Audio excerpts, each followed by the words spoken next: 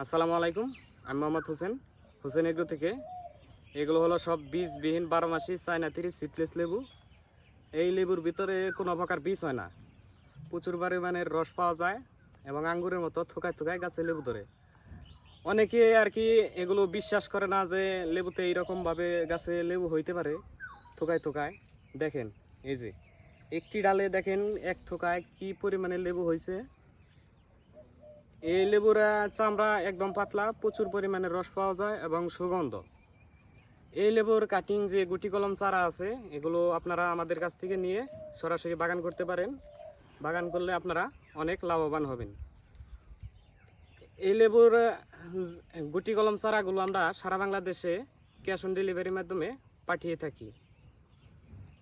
মিন্দর তো দেখি মিন্দর দেখো, এই যে দেখেন এই সাইডে কি পরিমাণে লেবু হয়েছে। অনেকে আর কি বিশ্বাস করে না যে চায়না 3 লেবু এভাবে ধরে। এগুলো কিন্তু গুটি কলম চারা থেকে গাছ হয়েছে, বাগান করা হয়েছে। গুটি কলম চারার বাগানের সব লেবু এগুলো এগুলো হয়েছে। দেখেন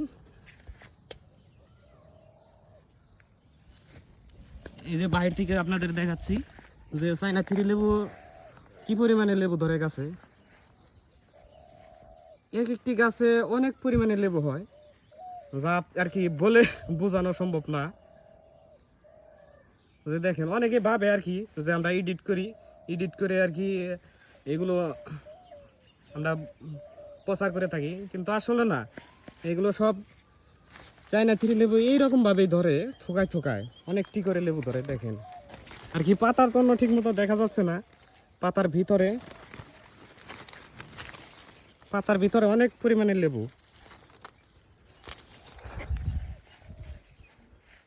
অনেক লেবু। ওই দেখেন ফলও আছে।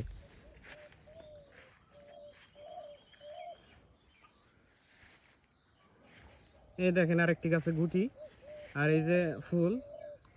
এটা হচ্ছে 12 মাস এক নাগাদ গাছে লেবু ধরে। আপনার এক একটি ডালে ফুল থাকবে, এক একটি ডালে ফল থাকবে। দেখেন ভিতরে বাহিরে সব জায়গায় প্রচুর লেবু, অনেক লেবু গাছে।